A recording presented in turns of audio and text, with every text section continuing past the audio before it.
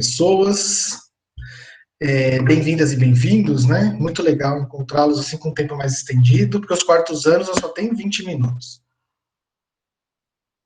E aí, trabalhar junto com o professor Odair me deu essa oportunidade, além de dialogar com o conteúdo dele, né, com a literatura, dá para nós termos mais tempo para a gente dialogar, ver as dúvidas. Então, eu acho que o Odair é mais sistemático que essas coisas, então eu vou deixar para ele, falo para ele isso, aí na sexta-feira, ele falar mais sobre a questão do Instagram e do trabalho que a gente vai pedir para vocês fazerem, das postagens, né? Já estamos em interlocução com um representante de cada turma nos grupos de WhatsApp. E então vamos criar um perfil no Instagram, explicar para todo mundo, né? O Instagram é uma plataforma, uma rede social que ela tem como funcionalidade postar textos e imagens, né? Por que eu estou falando isso? Para explicar já o que é metáfora. Vocês vão ter que fazer um trabalho sobre metáfora de si para o fim do recesso, né? E o Instagram, ele pode ser apropriado de diversas lógicas. Eu poderia usar o Instagram como se fosse um diário íntimo. Eu poderia usar o Instagram como se fosse um diário das minhas felicidades, dos meus momentos felizes. Eu poderia usar o Instagram, outro modo que eu vejo usar muito, eu poderia usar como se fosse um estabelecimento de autoajuda para mim e para os outros. Apesar de estar uma desgraça tudo, mas eu estou lá mostrando as positividades da vida, né? Como se fosse cheio de selfies, como se fosse então uma positividade da vida. Eu poderia usar o Instagram como se fosse um meio de comunicação com os alunos e as alunas e postar coisas profissionais. É como o meu Instagram, Leo_Sociologia. Bom dia, Tainá.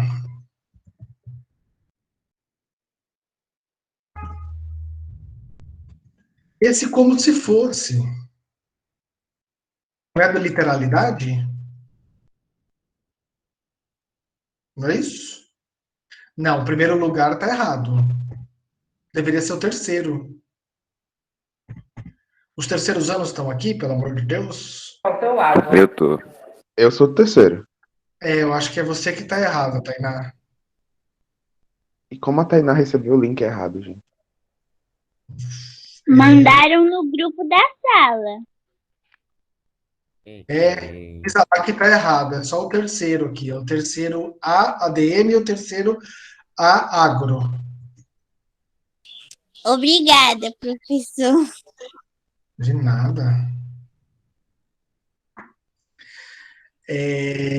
Putz, por isso que tinha muita gente aqui, hein? Que pena. E cadê tem gente do terceiro A Agro aqui? Eu achava que só dava para errar a sala pessoalmente na escola. A vida sempre conta o jeito, rapaz. A gente sempre encontra um jeito. Então, voltando às metáforas, né? Eu poderia usar o Instagram como um meio de comunicação profissional de atividades de sociologia e material de sociologia, que é o meu caso. No caso de vocês, para o Instagram de vocês, a gente vai usar uma linguagem de revista, como se fosse uma revista. Quando eu falo assim, o Instagram como se fosse um diário íntimo, eu estou usando metaforicamente o Instagram. Eu vou metaforizar uma revista dentro do Instagram. Eu vou metaforizar um diário dentro do Instagram. As metáforas, elas fazem parte das nossas vidas. Como quando você vai, então, fazer um texto e uma postagem, é o que essa postagem representa de vocês. Quando faz uma metáfora de si. É como se aquela coisa que você está escrevendo, aquela imagem que você está representando, dissesse algo sobre vocês. É como se fosse vocês, como se fosse uma parte de vocês, como se comunicasse uma parte de vocês. Isso é metáfora. Professor, será que a metáfora está apenas na linguagem da gramática? Alguém sabe o que é regra de 3 na química? 1 mol é 10 vezes, como é que é? Não. 6 vezes 10 é 23. Não é isso? Portanto, não é assim que a gente faz? Aí embaixo põe, portanto, 10 mols é igual a x. O que é isso? Isso é uma metáfora, gente.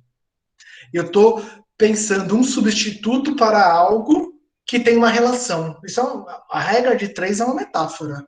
É a produção de metáforas. Né? Eu quero saber quantos litros é 10 gramas. Então eu sei que 100 gramas é igual a 1 litro. Não é isso? Então, se 100 gramas é 1 litro, quanto é 1.000 litros para gramas? Aí põe o X lá. Não sei se está ficando claro. Aquela regra que a gente estabelece em química é uma regra metafórica. É como se fosse, né? Então, eu sei a relação de 1 grama para 1 litro, então, como se fosse 1.000 litros é quantas gramas? Metáforas. Nós produzimos metáforas a todo momento. Então, quando o Odair está falando para vocês, para produzirem, bugou, quer ver? Eu vou usar o Google aqui, ó, regra de 3. Regra de 3, imagens.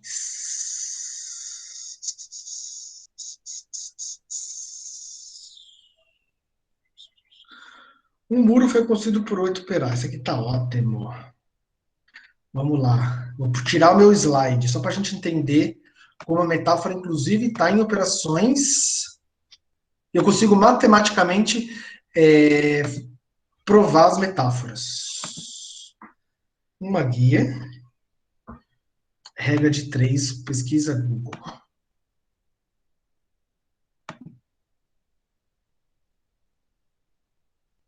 Eu mudei a... Vocês conseguem ver essa imagem à direita? Regra de 3, um muro foi construído por 8 operários em 30 dias. Sim, sim. Sim, estamos vendo. A metáfora é um procedimento de representação onde eu coloco elementos substitutos. Então, eu sou o Leonardo, eu gostaria de fazer uma metáfora de mim, eu poderia me representar com escrito professor. O professor diz algo sobre mim, ele me representa em algum sentido. Eu substituo a relação que eu tenho comigo mesmo pela relação de vocês com professores. Então eu escrevo professor, vocês me entendem como isso, porque é verossemelhante, eu sou professor, e ser professor é uma metáfora de mim. É um substituto, é uma representação. Eu poderia colocar aqui uma imagem de uma lousa escrito sociologia, uma metáfora do Léo. É claro que essa metáfora, na verdade, é uma metonímia. O que é metonímia? Parte pelo todo, não é? Ela parcialmente me explica. Mas, sim, se eu pegasse uma imagem de uma lousa escrito professor, eu estaria representando uma metáfora de mim. Então, a matemática, quando vocês vão usar química, vão usar probabilidade, tudo isso é estabelecimento de metáforas. Aqui na tela, ó, na foto, eu tenho que 8 operários constroem um muro em 30 dias. Eu quero saber quanto 12 vai construir em quantos dias. A linha de cima com a linha de baixo são representações metafóricas da mesma coisa. A regra de 3 é uma metáfora. Eu estou substituindo 30 dias por alguma coisa. Qual que é a representação, né? De quantos dias a quantidade de operário 12. Eu sei que 8 é 30. Esse estabelecimento de substituição de elementos, de relações, isso é uma metáfora. Fez mais sentido para quem bugou? Mas eu sei o que é regra de 3. De gramas de litros. É porque eu estava usando o exemplo da regra de 3 para conversão de gramas por litros. Eu vou usar outro exemplo agora. Eu vou usar a conversão de dias para operários. A regra de 3 é uma metáfora. Então, quando fala assim, faça uma metáfora de si, é para vocês escreverem algo que eles representem por substituição pelo seu nome, por você mesmo. Então, no meu exemplo, eu poderia fazer uma metáfora de mim, de uma lousa, escrito sociologia. Ou, é uma regra de 3, né? Léo está para a lousa, assim, não é assim? Léo está para ele mesmo, assim como lousa também está para ele mesmo. É uma regra de 3, né? Por substituição dos elementos que a gente olha e a gente entende, a gente associa, né? Assim como eu sei que Léo é professor de sociologia, eu sei que meus pais são agricultores, é uma outra metáfora. como se fosse que eu estava usando. Então, voltando para o Instagram, para não ficar confuso. Nós vamos usar o Instagram metaforicamente como revista. Professor, por que vocês escolheram o modelo de linguagem para o Instagram como revista? Né? Por que vocês estão substituindo Instagram por revista, apesar de estar no Instagram? Né? Então, o uso metafórico. Primeiro, porque a gente quer dar um ordenamento para o que todos os alunos estão fazendo. Se cada um se apropriasse das suas postagens, das turmas, de uma linguagem qualquer, quando as pessoas fossem acessar o Instagram, quando eu fosse, ia estar tudo muito confuso. Como eu quero dar uma coerência para o Instagram, nem todo mundo pensa assim, né? Eu tento dar uma coerência para o meu Instagram para usos profissionais. E outras vezes as pessoas usam o Instagram metaforicamente de múltiplas linguagens, né? Mas nós não, nós vamos usar como revista. Então eu quero dar uma coerência lógica para quem olhar para o Instagram e para a utilização dele. E usar como revista, justificando, ele é aberto o suficiente para que vocês usem a criatividade. A revista, a linguagem jornalística, né, as capas, os conteúdos internos, quando eu falo em revista, ele exige um uso criativo da escrita e das postagens. Então, o que eu estou querendo de vocês também? Que vocês usem a criatividade. Então, eu uso um ordenamento de linguagem que todo mundo consegue compreender a sua utilização, a sua lógica, ao mesmo tempo que eu tenho uma abertura para que ele seja diverso o suficiente. Professor, não entendi nada. Nós estamos pedindo como uma primeira atividade coletiva de vocês que vocês produzam capas.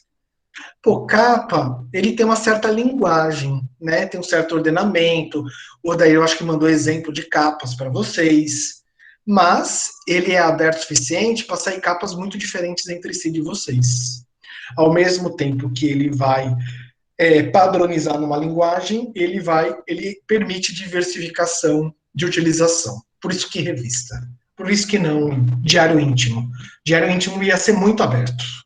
Por isso que não comunicação profissional, como algumas pessoas fazem, porque aí seria muito fechado. Então, a revista está no meio termo, não sei se consegui justificar. E quando a gente pensa em metáforas, e eu vou falar mais daqui a pouco, quando eu entrar na noção de cultura, ela é essa noção que está na linguagem, mas ela está na realidade. Eu posso fazer metáforas, é verdade, nas minhas redações do Enem, mas nós, no nosso cotidiano social, nós produzimos metáforas a todo momento. Então, quando eu falo assim, eu sou um homem, ou seja, estou me definindo como não mulher, quando vocês vão homem, eu estou metaforizando. O que eu sou é difícil ser definido, porque é extremamente complexo. Se eu fosse me definir, eu ficaria horas falando de mim aqui. Então, para ajudar na minha definição, eu vou produzir uma metáfora, né? E eu falo, homem, vocês têm na sua cabeça uma certa definição do que seria o gênero masculino, e pela essa definição vocês vão metaforizar a mim. Eu sei o que é homem, ó a regra de 3, né? Na minha cabeça, eu sei o que é homem. Leonardo também falou que é homem, então eu vou estabelecer aqui um X, entendeu? E aí eu vou entender essa metáfora que ele está fazendo de si mesmo. Eu poderia fazer um desenho de um gênero masculino e falar, ó, isso também sou eu. Isso é uma metáfora gráfica, né? Eu poderia apenas falar que eu sou São Paulino. São Paulino. Esse estabelecimento, onde vocês têm uma certa noção na cabeça de vocês, que é um torcedor de futebol do São Paulo, e eu me defino como assim, o que vocês fazem na cabeça de vocês inconsciente? Aquela regra de 3. Faz rápido, instantâneo. E aí estabelece uma metáfora na cabeça de vocês. Então, quando você faz uma metáfora de si, está pedindo para que vocês usem elementos escritos, pode ser dissertativos, né? Eu posso me descrever, ou de imagens que me defina parcialmente, e os outros entendam essa definição por regra de 3. Metáfora. É uma representação, né? Então, quando eu falo homem, é como se eu fosse o homem que estivesse na cabeça de vocês. Isso é uma metáfora. No mundo social, a gente usa as regras linguísticas a todo momento, como vocês podem estar percebendo. Por isso que cultura, linguagem e significado. Vamos para o título. A linguagem, para as ciências sociais, as regras da linguagem é a forma que a gente pensa. A gente não consegue pensar fora das regras da linguagem. Quando eu vou pensar, eu vou estabelecer um diálogo, nem que seja comigo mesmo, e ao estabelecer um diálogo comigo mesmo, eu vou usar as regras linguísticas. As regras linguísticas estão no mundo social. Por isso que dá muito certo dialogar com a literatura, com a gramática. Né? Então, quando eu falo assim, eu vou voltar. Professor, o que é cultura? Vamos avançar. Né? Olha só a construção linguística. Né? Quando pensamos, expressamos, agimos de forma linguisticamente orientada. Professor, o que é cultura? Eu vou definir de uma maneira muito clara, já direta, para ninguém ter dúvida. Cultura é uma mentalidade. É uma mentalidade coletiva e compartilhada. Quando eu falo assim, eu sou um homem, vocês mais ou menos têm na cabeça de vocês a mesma representação do que é homem, a mesma metáfora. Pode ter divergências? Pode, mas são poucas, porque nós compartilhamos a mesma cultura. Então, cultura é uma mentalidade que expõe uma perspectiva. Professor, não entendi mais nada. Volta. Perspectiva porque é um ponto de vista. Pessoas que compartilham de outras culturas pensam o mesmo ato de maneira diferente.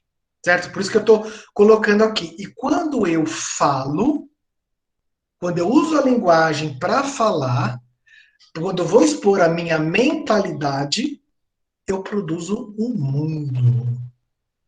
Quando Professor, eu sou São Paulino, eu estou com... era pra estar no slide?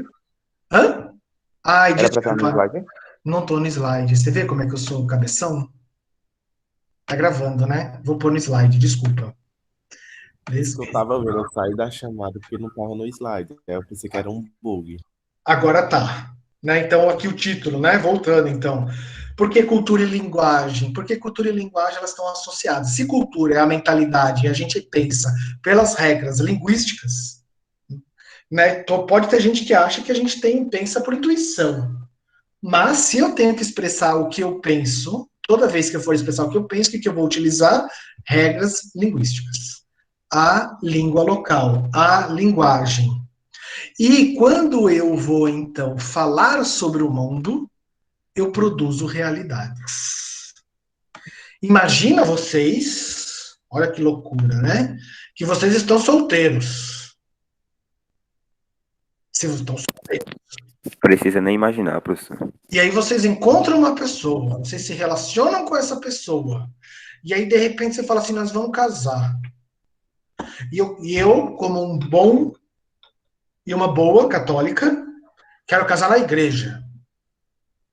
Aí vou casar na igreja. Qual é o estabelecimento do ato que tem o antes e depois que marca solteiro e casado? Um ato linguístico. Um ato que tem um significado tão forte que produz uma realidade diferente, inclusive em muitos afetos. As pessoas saem da igreja com outros sentimentos sobre si mesmas. Alguns saem arrependidos, saem felizes, falam, a palavra tá gravando. Casei! Caramba, casei! E o que o padre fala? Como é que o padre fala? Esqueci a palavra, rapaz. E consideram-se marido e mulher, é isso? Eu vos declaro marido e mulher. Muito obrigado, João Tomás. Obrigado, Tomás. Então, quer dizer, eu tenho todo um ritual e, de repente, eu tenho um ato de fala que tem um significado tal que produz uma realidade. Nós construímos o mundo pela linguagem a partir dos seus significados. E esses significados são compartilhados. Isso é cultura. Quando o padre fala e declara marido e mulher, ele está produzindo, está falando algo que todo mundo que está na audiência sabe o que é, E que esse sabe o que é, produz uma realidade diferente da anterior. A gente produz a realidade pela fala. Tá confuso? Tá louco? Né? Até eu falar que era São Paulino, vocês não sabiam que eu era São Paulino. Quando eu falo sabia. que sou São Paulino, você sabia, já que foi na aula passada, mas a partir do momento que eu falo, eu produzo algo que está produz uma realidade a partir da linguagem, ou seja, o seu significado significa que eu sou São Paulino. E que vocês estão na cabeça de vocês de maneira compartilhada. E aí já deve ter pessoa falando assim, credo, ele gosta de futebol. Por quê? Credo São Paulino. Credo São Paulino, credo, ele gosta de futebol, ele é sociólogo, intelectual, fica com esses esportes da alienação da massa. Não deve ter pensado assim, as meninas, algumas pessoas? Ou seja, eu tenho um significado na minha cabeça do que significa gostar de futebol e uma imagem do que significa o torcedor de futebol. Não fala assim, perdeu ontem, né? E uma imagem que significa na minha cabeça o que é um torcedor de futebol. Essas imagens que vêm na minha cabeça de maneira espontânea e que ela é compartilhada com algumas pessoas, isso é cultura. A cultura é um modo de pensar. Tem um grupo que pensa que futebol é legal e tem outro que gosta que futebol é alienante. Eles compartilham da mesma visão sobre algo, de visões diferentes sobre algo da realidade. Cada um está dentro de uma realidade diferente. Nós construímos um mundo a partir da linguagem e daquilo que significa. Que essa relação entre algo do real e o que significa na minha cabeça é um ato sobre o signo linguístico. A língua funciona desse jeito. Né? Quando eu falo assim, ó, xícara, automaticamente vocês sabem o que é isso, mas isso aqui é um monte de cerâmica, num formato. Xícara é o seu significado. O significado está compartilhado na nossa cabeça. Se eu fosse para outra cultura que não toma café, e eu falar e mostrar isso para ela, talvez ela não entenda a sua utilização. Se eu chegar numa tribo isolado, onde eles usam cuia oval apenas para tomar água, e de repente tem um traço com uma alça, um troço com uma alça de cerâmica, onde eu mostro para eles, eles vão olhar para eles e vão falar, o que é isso? Me explica. Me explica significa, qual o sentido disso? Para a nossa cultura, eu mostro a xícara para vocês, vocês entendem, mas isso aqui é um amontoado de cerâmica. Tá claro? E aí a gente põe um sentido nisso. Isso é muito louco. Quando eu descobri isso, eu pirei. Eu fiquei pirando. Aí tudo que vocês olharem é culturalmente posto a partir do ponto de vista. Imagina você chega para alguém que nunca viu isso aqui. Isso aqui eu ponho no pulso, a ver hora. Quer dizer, isso aqui é um amontoado de borracha com metal, que a gente chama de relógio.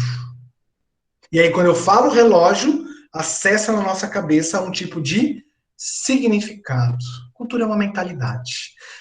E uma mentalidade que é linguisticamente orientada. Por isso, que quando eu vou falar de se defina, Leonardo, se defina. Não tem outro jeito de se definir que não seja por metáfora. Não é incrível isso? Fala, meu Deus, metáforas de si, eu nunca fiz, você faz a todo momento. Toda vez que você chega para alguém tem que se apresentar, se apresente brevemente. Você vai ter que se apresentar por metáforas. Você vai ter que usar um conjunto de representações que dizem algo sobre você, mas propriamente não é você. O que sou eu? Sou muito mais complexo do que a representação de São Paulino, professor, homem, sudestino, paulistano, sociólogo, antropólogo, psicanalista. Tudo isso são representações de mim que dizem algo sobre mim, mas não dizem de maneira completa. E são tudo representações que têm um significado. O que eu estou fazendo a todo momento de mim mesmo? Metáforas.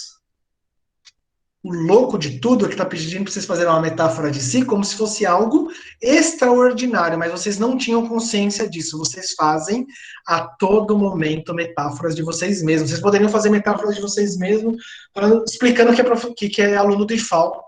Qualquer explicação que você der sobre o que é ser aluno do IFAL é metafórica. é o infinito do Lego, de Lego. Que a gente vai montar. Perfeito. Sabe por que o Lego é uma boa metáfora? É como se fosse o Lego, mas não é. Explica algo, representa. Isso é uma metáfora que você fez. Mas é um Lego que pode ter um conjunto de montagens que não é coerente. Será que a minha representação que eu faço para mim, para os outros, do que é professor, é a mesma que eu faço? Eu tô, tá vendo, de ser namorado? Será que é a mesma conjunto de montagens que eu faço? Olha que louco, né? De ser São Paulino? Será que eu me transformo de alguma maneira? Cabe ao leitor interpretar, exatamente. Quando eu falo... Diga-me, Gabriel. Então, o ponto é que metáfora está diretamente ligado à cultura e linguagem? Tá, né? A metáfora, ela é uma figura de uso linguístico, né, do português, que normalmente a gente define como um uso técnico. E eu estou tentando argumentar com vocês, quando a gente fala de símbolos e mundos simbólicos, etc., que a cultura funciona como a linguagem. É uma grande metáfora da linguagem, como a linguagem funciona. A cultura é como se fosse a língua. Funciona como a língua. Né? E como ela funciona como a língua, ela tem a mesma lógica da utilização da língua. Quando eu estou agindo no mundo, né, e eu tenho consciência que cultura é uma mentalidade que funciona como a língua, ao agir no mundo, eu estou produzindo metáforas a todo momento. E aí, uma das formas de utilizar a metáfora que são mais recorrentes, e a gente nem tem noção disso, é se definir. Né? Quando eu falar Gabriel, se defina, você vai ter que usar metáforas para se definir. Você vai usar representações que não te definem com completo, mas te definem parcialmente. É como se você fosse aluno. E, claro, eu entendo quando você fala que você é aluno, porque essa representação está na cabeça de todo mundo, faz parte da minha cultura.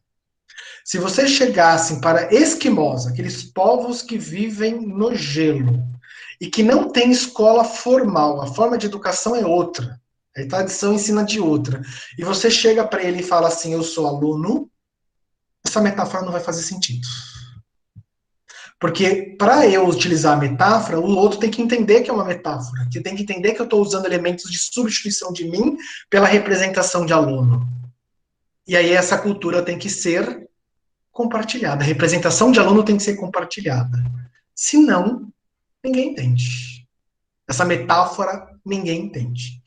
Se eu tivesse algum distúrbio, né, onde eu delírio, o delírio é uma metáfora que ninguém compreende. Entendeu? Se eu falasse assim, eu sou macaco.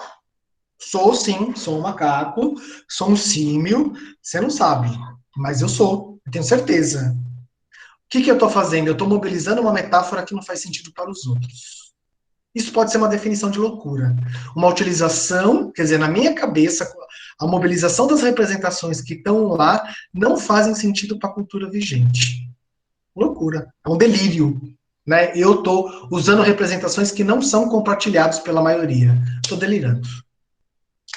Né? Vocês não sabem, mas eu sou um avião. Eu voo às vezes. Está delirando. Ele não é um avião. É impossível. É inverossímil. Né? Não é crível. Não é válido.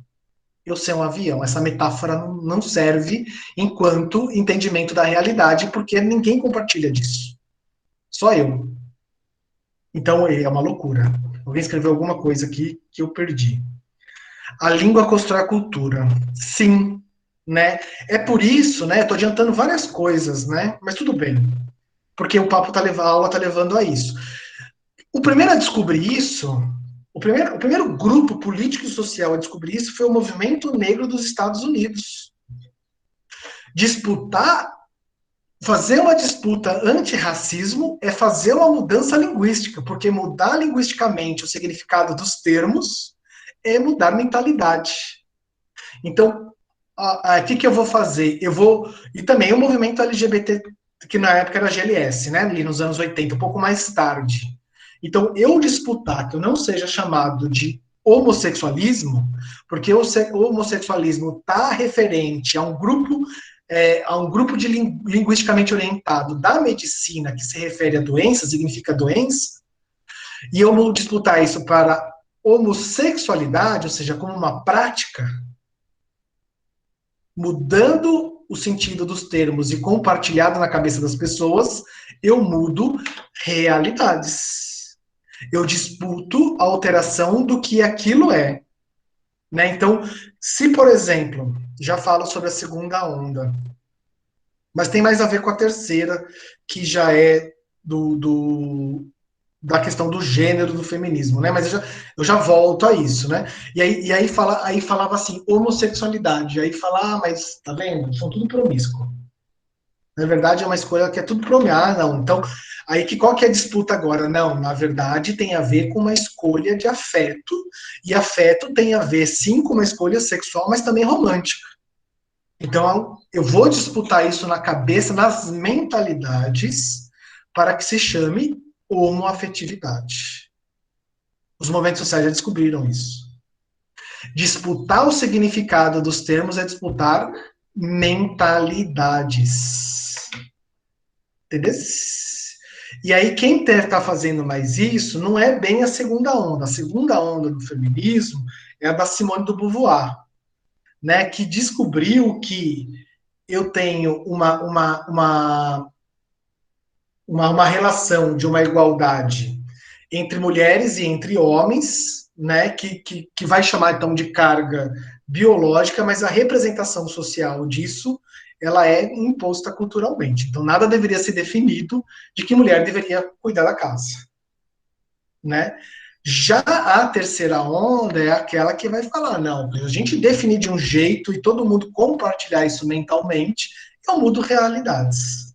O gênero, ele é definido culturalmente pela linguagem. Inclusive, há uma abordagem que ganhou grande força ao longo dos anos 70 e até hoje ela vigora, que chama estruturalismo e pós-estruturalismo. O que é a ideia do estruturalismo? Que a realidade funciona como estrutura de linguagem.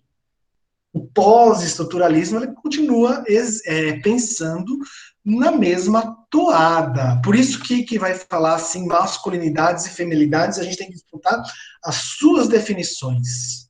Eu posso ter, sim, masculinidades que são sensíveis, que o homem pode ser sensível e eu sou um masculino desse tipo. E eu vou disputar essa definição. Eu tenho uma estrutura de definições na cabeça das pessoas, que quando eu falo homem, vem uma definição, o que eu vou fazer? Eu vou trabalhar a partir da educação, que essa definição seja mais plural, seja mais abrangente. Isso é atuar culturalmente. Todos os movimentos sociais hoje aprenderam isso. Eu tenho que disputar a definição dos termos. Isso é cultura, e eu construo a cultura a partir da linguagem. Professor, mas eu acho que esse tal de linguagem aí não é real, está desatualizado. Deveria ser a foto do Bolsonaro aqui. Como vocês podem perceber, é uma aula já feita há um tempo. Né? Vamos fingir, vamos voltar. O que é o Bolsonaro? Mas, enfim, será que a linguagem, ou seja, esse simbólico, né, essa relação de símbolo, né? Eu tenho cerâmica, e aí xícara, que é o significado na minha cabeça, essa é uma relação simbólica. Isso é um símbolo, isso é um signo. A linguagem é feita de signos e significados, certo? Será que isso é real? Eu diria que isso produz poder. A minha autoridade sobre vocês, ela é simbólica, né?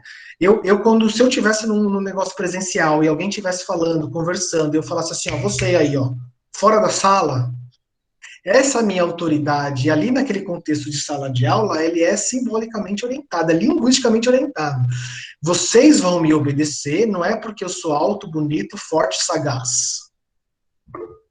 Vocês vão me obedecer porque eu sou o professor que tem um significado, essa metáfora de mim tem um significado na cabeça, e na descrição, o que significa professor?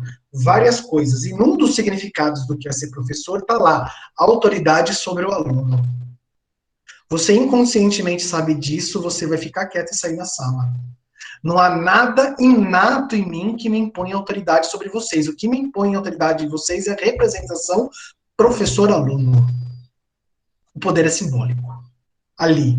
Se eu encontrasse vocês ali, aqui em Santana, tomando sorvete do Bob's, na praça ali, eu amo Santana, Praça Enéas Carvalho Araújo, deve ser alguma coisa esse nome da praça, e vocês estivessem fazendo uma zoada, e aí eu vou lá nessa zoada e falo assim, ó, fica quieto aí, provavelmente, alguns vão falar, não, o cara é professor, então em qualquer âmbito da minha vida ele pode mandar. Mas alguns de vocês vão falar assim, você não está no IFAL para mandar em mim? Ou seja, os símbolos, as metáforas, as representações, elas só fazem sentido em contexto. Por isso que eu falei, você mostrar isso aqui nos esquimós, nos indígenas, talvez isso não faça o menor sentido, isso não é uma xícara. Falar professor fora do contexto do IFAL, talvez não faça sentido nenhum, perde o poder. Como não é inato a mim, vocês continuam fazendo a zoada. E eu tenho diversas maneiras de terem poder simbólico. É claro que o presidente maneja o exército e as polícias.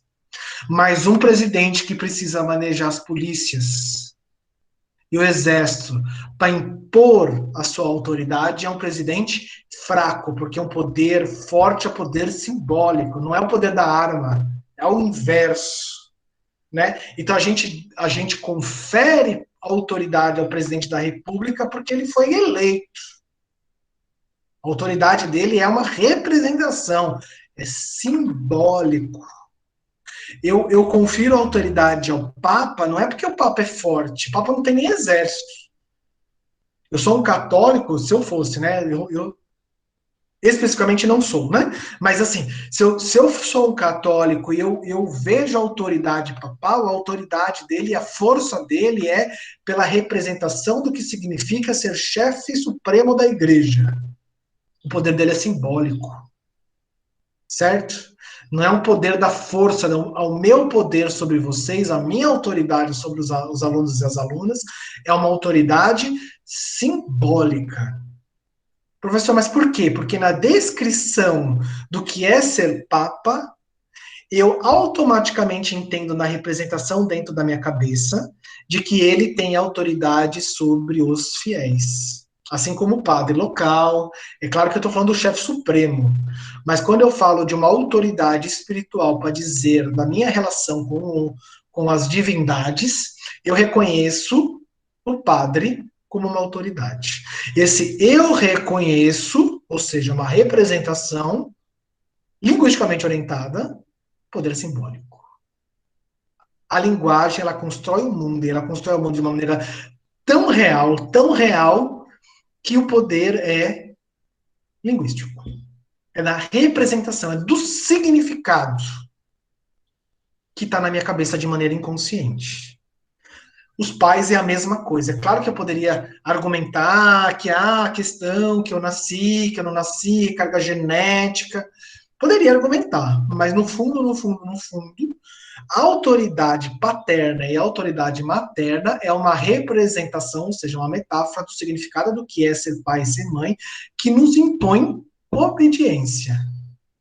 Eu tenho outras culturas que o cara que gerou, ou seja, o cara que teve relações e engravidou aquela mulher, às vezes não é nem parente daquela criança. Quando o filho é adotado, é mais claro essa relação, né? Essa relação de poder que está estabelecida pelo significado do que é ser pai e ser mãe, né? Enfim, então, eu poderia, claro, argumentar essa questão, mas eu poderia nascer de uma pessoa e ter que obedecer outra. Algumas culturas são assim.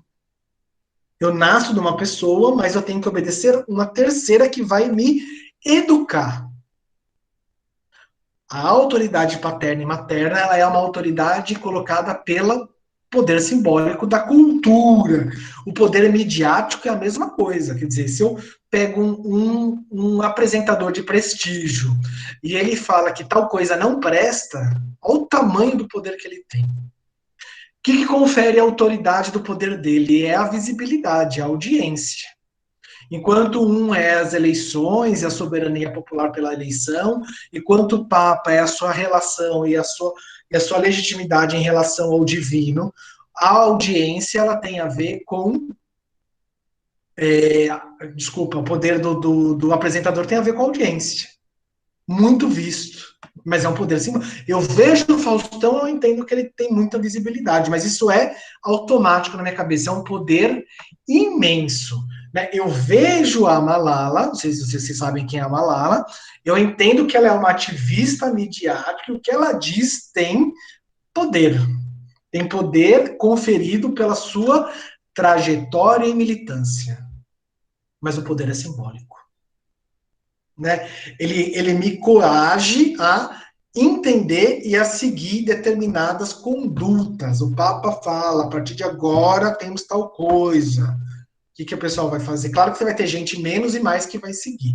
E aí eu queria expressar para vocês que, primeiro, né? Ou quando é criado por pessoas por outras famílias, pelos vizinhos, quando é compartilhado, perfeito, Maria Eduarda, dessa autoridade da criação, né? E aí eu queria entender que se quando vocês nasceram, todo esse conjunto de representações já existiam, ele é exterior a vocês. A gente aprende quando a gente aprende a internalizar a linguagem. Quando fala assim, ó, tá vendo isso aqui é para tomar café, você vai usar só potes, derrubando a água. Tem água aqui, ainda bem que não é café quente.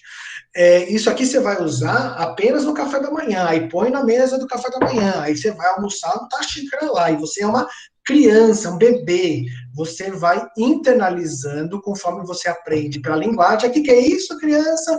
Xícara, você vai falar chácara, não, xícara, chácara, não, xícara, até você entender e internalizar a linguagem, que isso aqui é uma xícara, a partir do seu uso no contexto. A gente aprende a linguagem enquanto aprende a cultura. Transmite-se a linguagem enquanto transmite a cultura. Quando você nasce uma tábua rasa. Você não sabe o que é xícara, como que ela usa, em qual contexto. Você não sabe nada da utilização desse repertório cultural. Você é internalizado. Aí, na aula passada, no nosso momento síncrono, eu falei assim, ó, observem nas festas de criança, quando tem criança. Pronto, eu fui conhecer aqui o presépio da Praça do Ginásio. Eu fui domingo agora. O que acontece? Um monte de crianças. Um monte. E aí tem um monte de menino correndo para lá e para cá, que a qualquer momento vai se arrebentar no chão, pulando banco. E aí tem um monte de menina como? De vestido. Menina, digo assim, 3, 5 anos, 7 anos, 10 anos.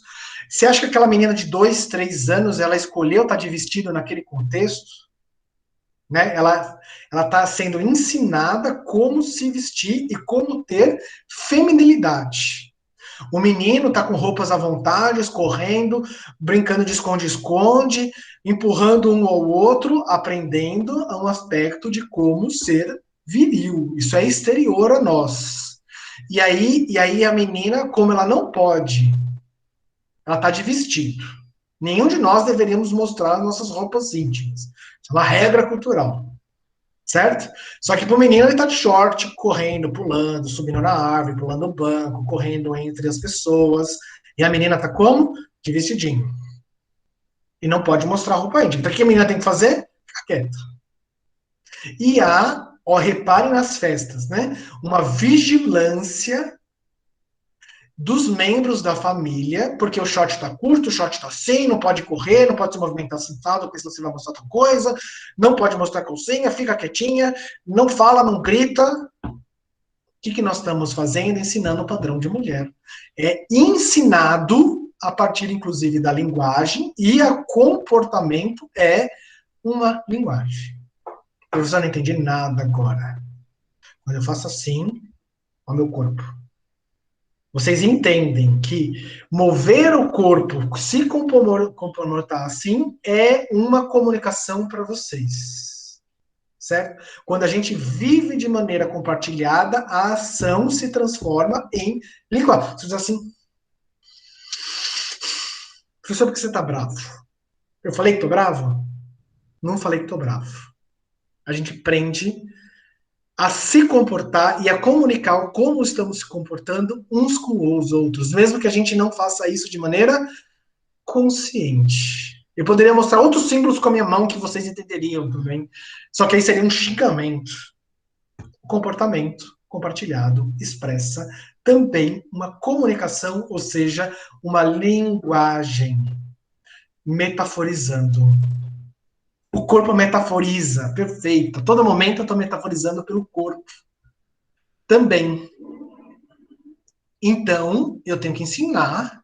Se eu tenho como uma distinção fundamental para a nossa sociedade o que é homem e o que é mulher, nem toda tem. Nem sempre foi importante para a cultura ocidental, mas se eu tenho que ensinar as pessoas a se comportar a partir da metáfora do que é homem e do que é mulher. E isso é feito pela educação desde pequenininha. A criança tem 1 ano e está vestida de rosa, fura a orelha. E aí ela vai sempre vestir rosa, ou sempre vai escolher cores, ou vai escolher o vestido, enfim, vai sempre ter esse tipo de comportamento, porque ela vai estar querendo mostrar para todo mundo que ela é uma mulher. Eu vou ensinar um outro tipo de conduta, de metáforas de comportamento, que eu vou querer mostrar para todo mundo que eu sou um homem. Não é muito louco? Deixa eu ver o que falta aqui.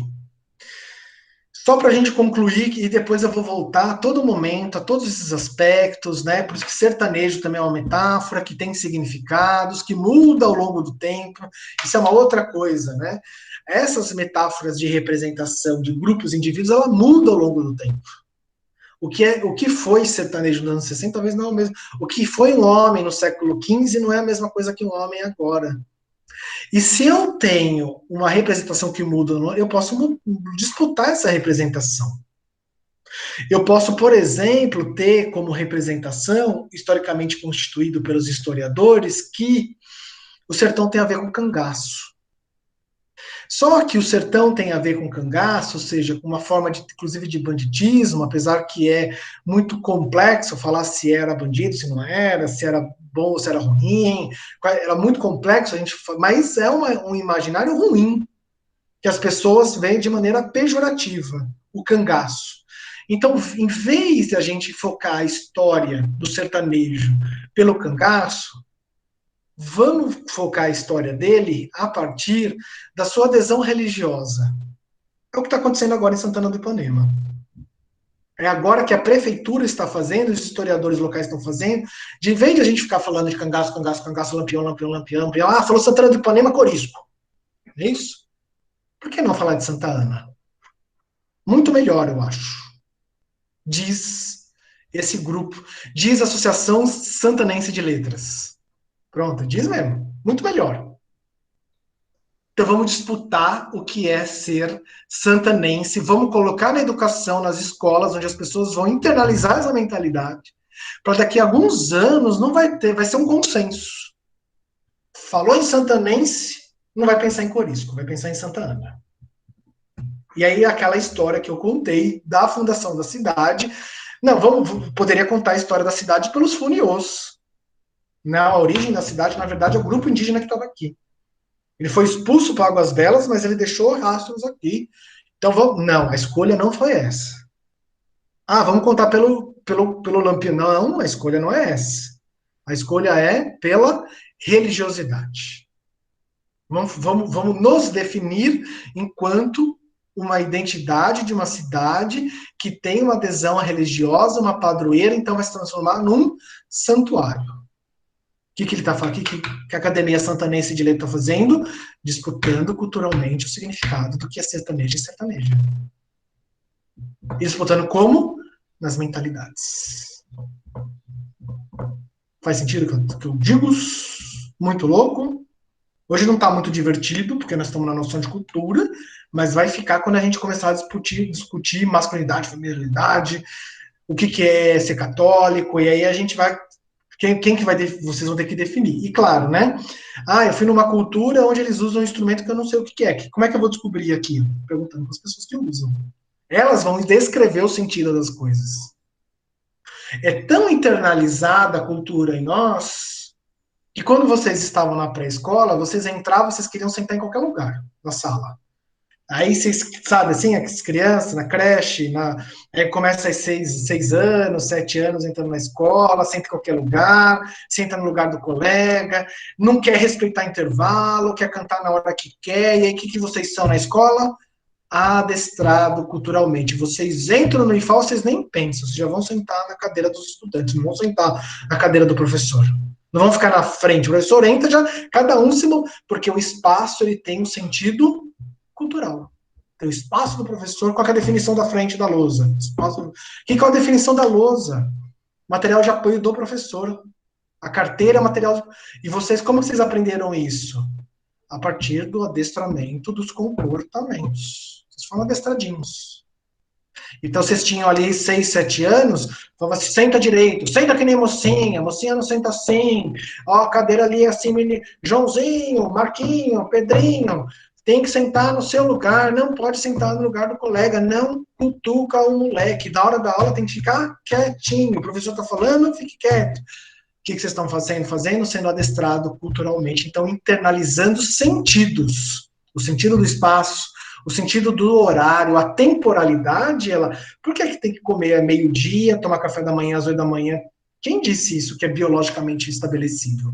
Que tem que comer. Inclusive, você tinha ali 7 anos, você estava com fome às 11 horas, e aí você chorava, eu quero comer. Você fala, não, só vai comer quando bater o sinal. E aí vai adestrando a fome. A cultura, no nosso corpo, é uma relação entre corpo e significado. Não existe corpo sem significado. Nem a fome. Muito louco. Aí por que eu botei aqui? Porque é para mostrar para vocês que a mesma coisa pode ter, dependendo do contexto, significados diferentes. Dependendo da cultura que eu estou internalizado, verde é uma coisa. Verde não é verde. Certo? Verde pode ser palmeirense, infelizmente, que é um time de São Paulo. Verde pode significar as nossas matas, se fosse na bandeira brasileira. O que significa o verde? Né? Verde não é verde, dependendo da cultura. Se eu estou em outro lugar, se eu sou de outro estado, talvez eu não associe verde ao Palmeiras. Associe verde a outra coisa. Certo? Verde não é verde, depende da cultura. Isso é uma relação metafórica, isso é uma relação linguística. Verde significa Palmeiras. Verde significa nossas matas na bandeira nacional. Verde é um símbolo de trânsito, significa siga em frente. É verde. Verde não é verde. Dependendo da cultura. Isso, perfeito, Cristiano. Por isso que eu coloquei a bandeira aqui do Império. Essa bandeira aqui é do Império. O verde significa dinastia dos Braganças, que era a dinastia de Dom Pedro I e II, né? Dos Braganças, que era inclusive o pessoal que dominava Portugal naquele momento, né? Era a dinastia de Portugal. O amarelo é a dinastia Bourbon, que é da Dona Leopoldina, que veio casar com Dom Pedro I. E aí eu tenho o brasão da família Bragança aqui, com o símbolo aqui da Rosa Cruz no meio, que tem um significado histórico, a Rosa Cruz dentro de Portugal, que, por exemplo, financiaram as grandes navegações. Eu tenho aqui a coroa simbolizando, metaforizando o império. Coroa é império? Não, é como se fosse aqui na bandeira, entendeu? Essa metáfora? O império é um monte de coisa, é um território, é um povo que fala uma língua, é um povo que tem uma religião, é um povo que tem um sistema político, tudo isso é império. Mas eu metaforizei como se fosse a coroa. O verde pode ser muitas coisas dependendo da cultura. Aqui o amarelo na nossa bandeira atual é o ouro, não é isso? Na passagem do império para a república, eles tiveram que ressignificar nossa bandeira e nossas cores, sem alterar muito. Disputaram nas mentalidades, não estavam sabendo naquela época, né? Vão descobrir depois, nos anos 60, que se pode fazer isso. Disputaram nas mentalidades coletivas o significado das cores. E aí mudou a cor? Não. O que mudou? Seu significado. Mas mudou o significado, mudou tudo. Um é mata e outro é Bragança. Outra é família, Bragança. Um é ouro e outro é Bourbon. Família Bourbon. Mudou tudo. A cor é a mesma, mas mudou tudo. Certo? Muito louco. Eu tô cansado, eu acho que vocês estão cansados. É muita coisa. É uma outra forma de pensar, mas é um exercício agora que eu passo para vocês de descrever tudo culturalmente.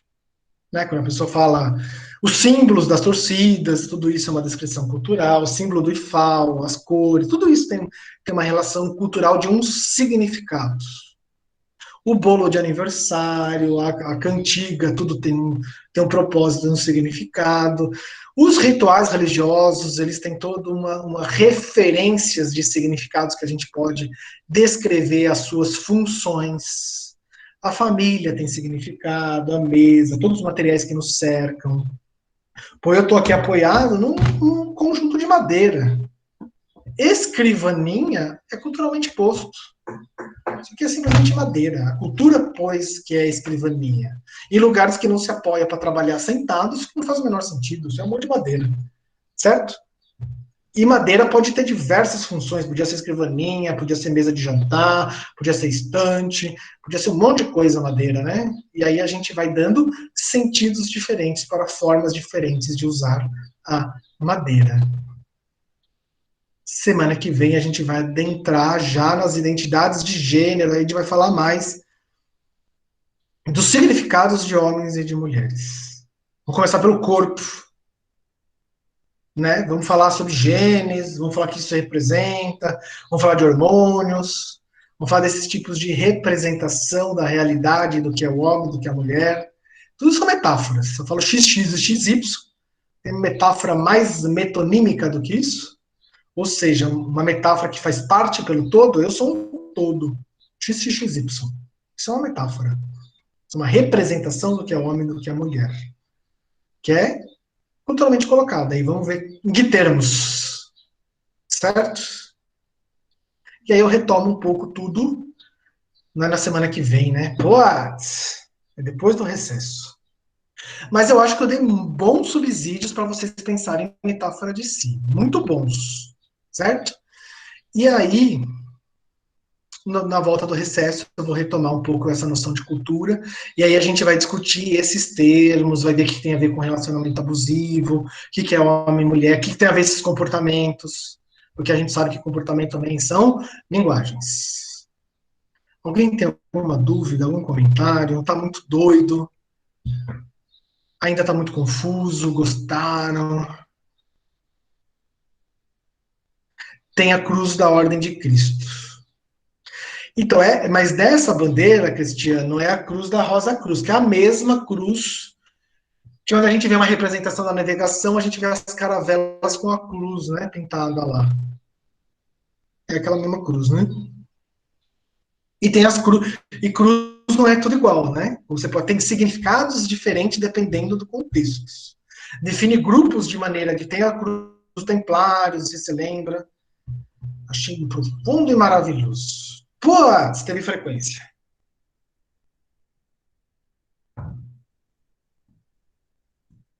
eu ver quem veio, quem não veio. Tem frequência, né? Quem chegou depois.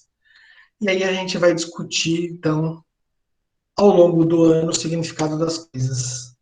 Que às vezes a gente não entende. Vamos ver algumas mudanças históricas. Mas, enfim, eu vou parar por aqui. Poderia dar milhares de exemplos. Poderia falar, por exemplo, matrimônio mudou o significado ao longo da história do Ocidente mesmo, né?